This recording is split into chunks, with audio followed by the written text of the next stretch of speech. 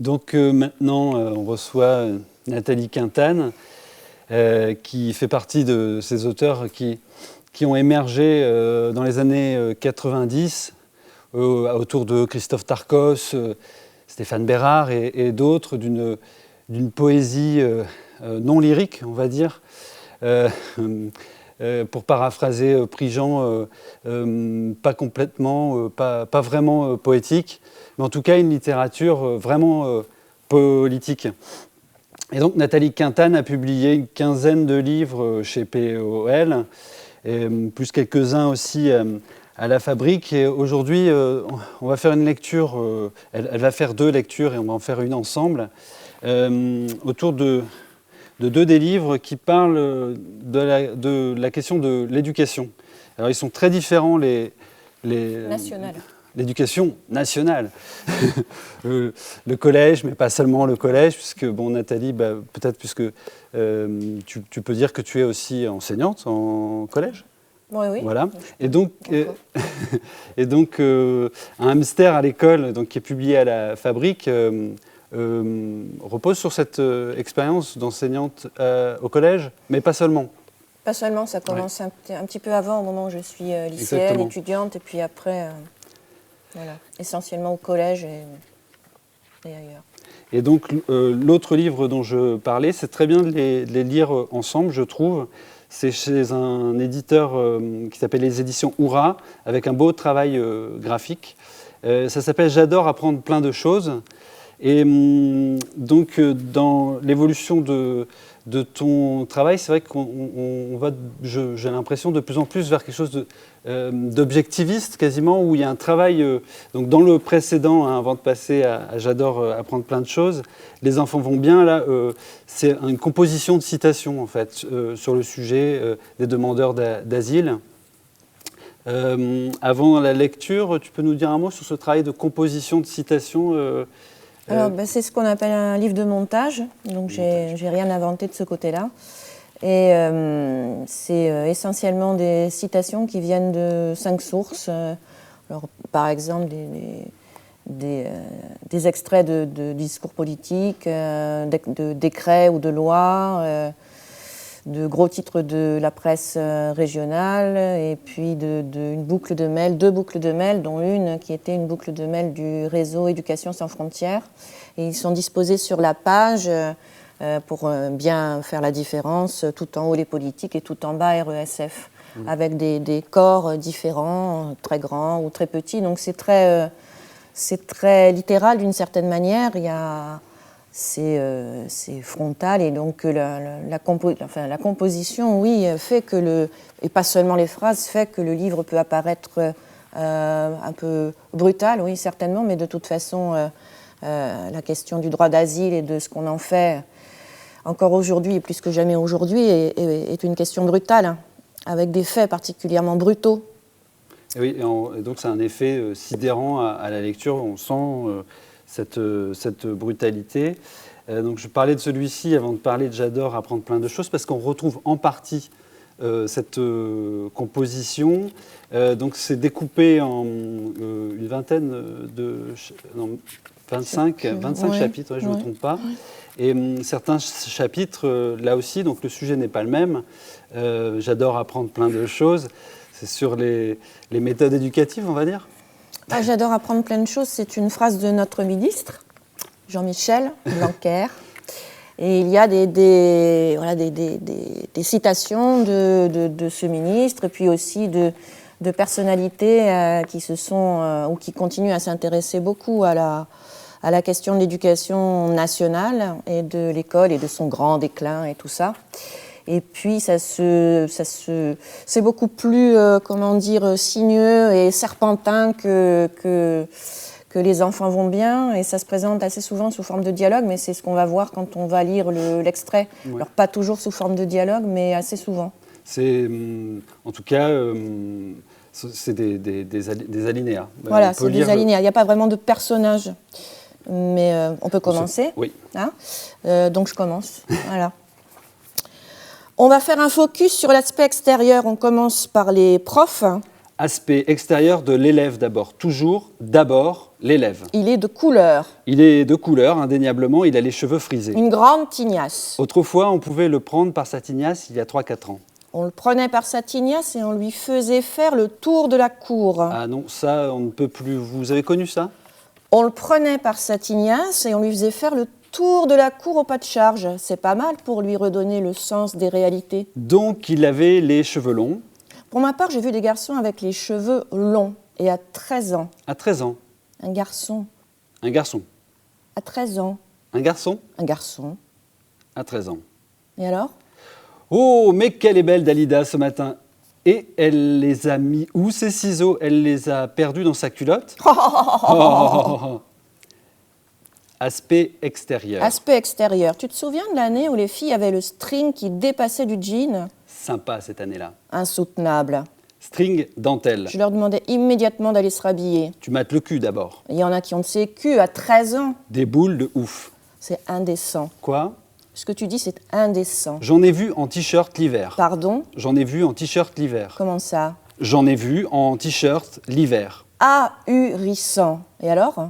Puisque tu as si chaud, enlève-moi ce t-shirt. Enlève-le-moi ce t-shirt. Non. Il l'a enlevé? Il l'a enlevé. En claquette au mois de mai. C'est extrêmement dangereux, les claquettes. Ce n'est pas le problème. On ne met pas des claquettes au mois de mai. Personnellement, j'ai même vu une bonne élève en claquette au mois de mai. En claquette au mois de mai. Je lui ai fait la remarque. Vous portez des claquettes. Et on est en mai. Ce ne sont pas des claquettes, madame, ce sont des sandales. Je ne pense pas que ce sont des sandales, je crois que ce sont des claquettes. Elles ont une bride, madame, ce sont des sandales.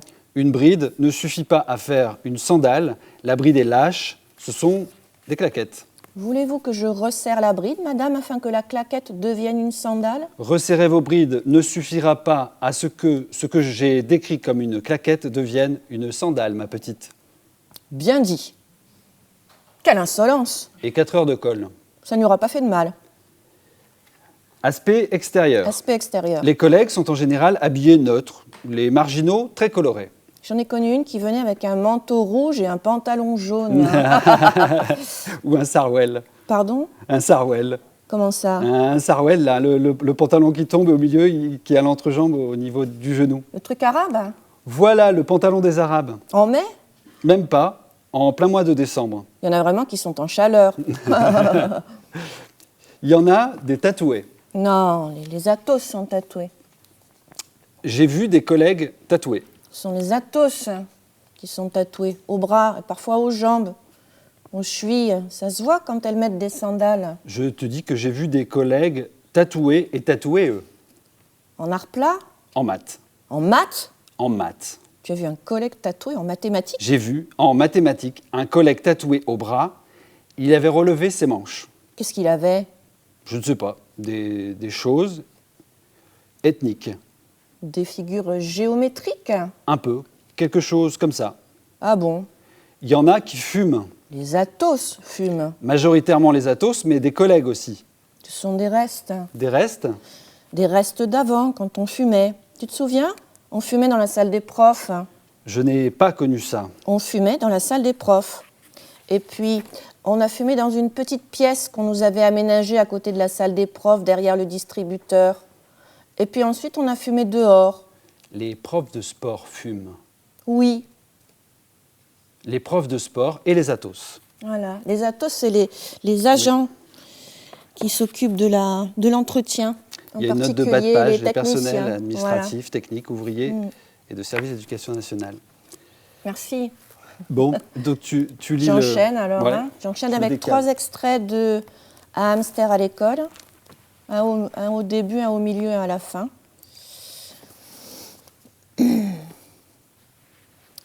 Quand j'ai débarqué dans le Nord pour mon année de stage, au milieu des années 80, et qu'on était une bonne vingtaine de jeunes profs, tous venant de la moitié sud, moi de la banlieue parisienne, je l'ai tout de suite remarqué et je suis sûre que les autres se sont dit la même chose que moi. Ça va être dur pour elle. Elle est trop jolie. Elle avait 22 ans, à tout casser. Elle était petite, mince et musclée, elle était prof de sport. Elle venait d'Aix, mais contrairement à la plupart des Aixoises, elle n'était pas blonde. Ses cheveux étaient d'un brun profond et ses yeux noirs.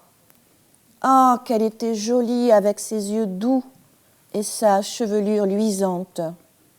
Elle jouait au tennis très bien, elle avait failli être championne, et comme elle avait failli, elle était devenue prof. À la fin de l'année, elle a reçu sa mute, un lycée pro à Calais. On avait tous des faces de cachets d'aspirine. On restait dans le Nord, on s'y attendait, mais sait-on jamais. Cependant, lycée pro à Calais, on l'avait tous éliminé de nos têtes, et c'était tombé sur elle. Lycée pro à Calais, mine en Sibérie, Cayenne. En septembre, j'ai rejoint mon collège dans les champs qui puaient, tout autour, et j'avais des nouvelles d'elle de temps à autre. Sans surprise, des mecs balèzes qui faisaient 10 têtes de plus qu'elle et avaient le même âge. La fois où on s'est revus, elle m'a juste dit un truc, qu'ils avaient grimpé aux échelles et qu'elle avait eu très peur qu'ils se cassent la figure. En janvier, elle était en dépression. L'année d'après, elle a pris une dispo et elle est retournée à Aix. Pour être restée prof, moi, je m'imagine assez bien ce qu'elle a dû vivre ces quelques mois, et surtout le boucan que ça devait être dans ces gymnases sonores entre le sol en gerflore et les dalles de plafond bricomanes. Ce que je me suis jamais donné la peine d'imaginer, c'est la tête des gars quand ils ont vu débarquer cette petite prof si jolie, cette meuf, vive et souple, gracieuse et soignée, et ils ont immédiatement compris qu'elle venait d'ailleurs. Même si elle avait été blonde, comme toutes les Aixoises sont blondes, et les filles du Nord, mais certainement pas de la même blondeur, et certainement pas de la même qualité de cheveux. Pour avoir vécu dans le Nord et m'être baladée, des fois dans les rues d'Aix, je sais bien que c'est pas la même qualité de cheveux, le filasse pâle du Nord et le blond nourri, dense des rues d'Aix. Je me doute bien que ça ne donne pas la même chose dans la main ni sous le peigne, que les filles du Nord ne se désespèrent de leurs maigres tignasses qui ne tiennent pas, les boules et les épis que ça fait, et que les filles d'Aix aiment à caresser leur longue chevelure égale jusqu'au milieu du dos ou à la naissance des fesses, et donc même si elle avait été blonde, ils auraient immédiatement reconnu qu'elle n'était pas du Nord et que c'était peut-être pour eux tous une occasion unique de serrer de près une fille qui soit pas du Nord, bizarrement prof. Les profs, en général, sont moches. Mais là, c'était une fille, ce qu'il y a de plus parfait comme sur un pot de yaourt. Et il aurait pour eux 2 heures par semaine, l'occasion unique de s'imaginer niquant une fille d'ailleurs sans quitter Calais, à domicile, avec 1 an, enfin 10 mois, juste pour la faire chier, juste pour inventer des tas de tours comme de se suspendre à la poutre, grimper au plafond, se cacher derrière les tapis et surgir en faisant « bouh !» Les bastons et les roulades, le fût de bière dans le sac de sport, juste pour faire chier cette meuf dont je ne comprends même pas ce qu'elle vient faire ici. C'est quoi l'erreur qui fait que cette meuf a atterri ici ? C'est quoi l'erreur ?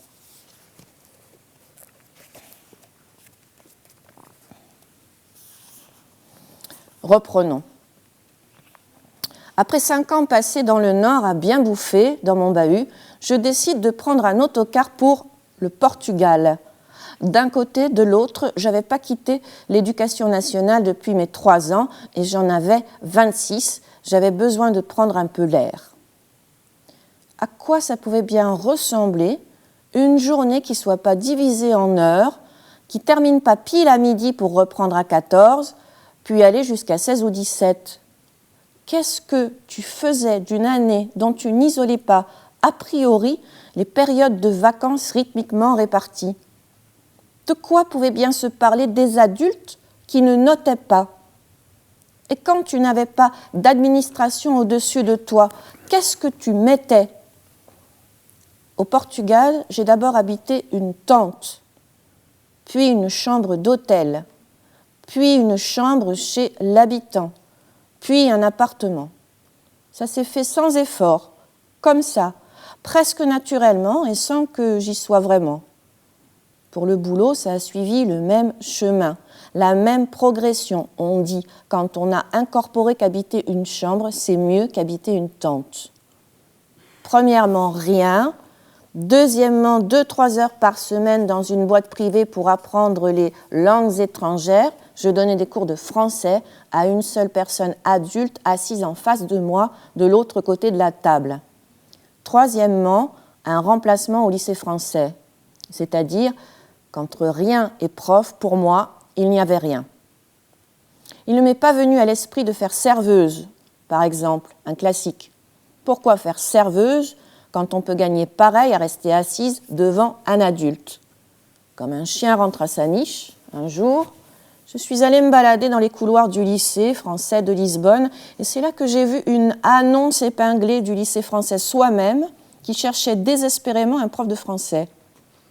Je me suis assise devant le bureau du proviseur, furtivement étonnée que j'ai le CAPES et que je sois à Lisbonne sans enseigner au lycée français. J'acceptais le remplacement, l'erreur était réparée. C'était une petite classe de 5e bourrée de fils de ponte français ou portugais. Ils écoutaient bien, étaient sympathiques et pas méprisants, bien que j'aie porté la même paire de chaussures toute l'année. Un jour, je ne sais plus quand, ni comment, ni pourquoi, j'ai téléphoné à une Française qui voulait des cours de français pour son fils français. En principe, j'évitais les Français.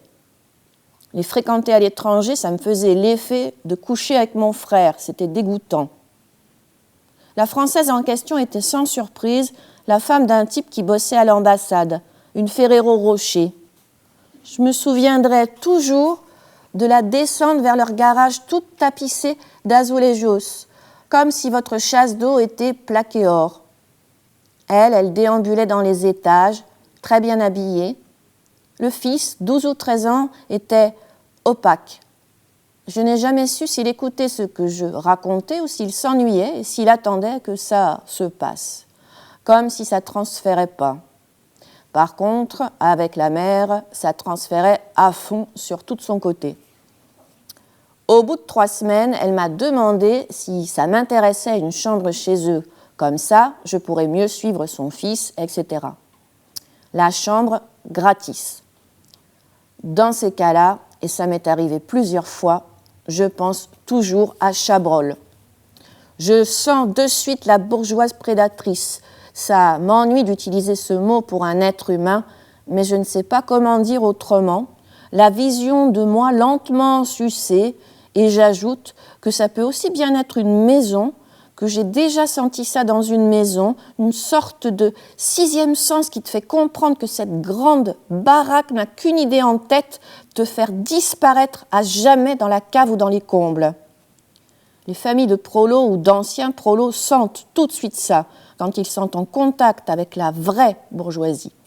Bref, à peine elle m'avait proposé le fils et la chambre que j'ai dit non. Je ne voulais pas faire domestique et j'avais peur. Du coup, elle a tout arrêté. On ne pouvait pas lui dire non, je suppose. J'ai terminé l'année scolaire et puis j'ai demandé ma réintégration et rempli des vœux pour l'un des coins les plus terribles de France après la Guyane, le Maine-et-Loire.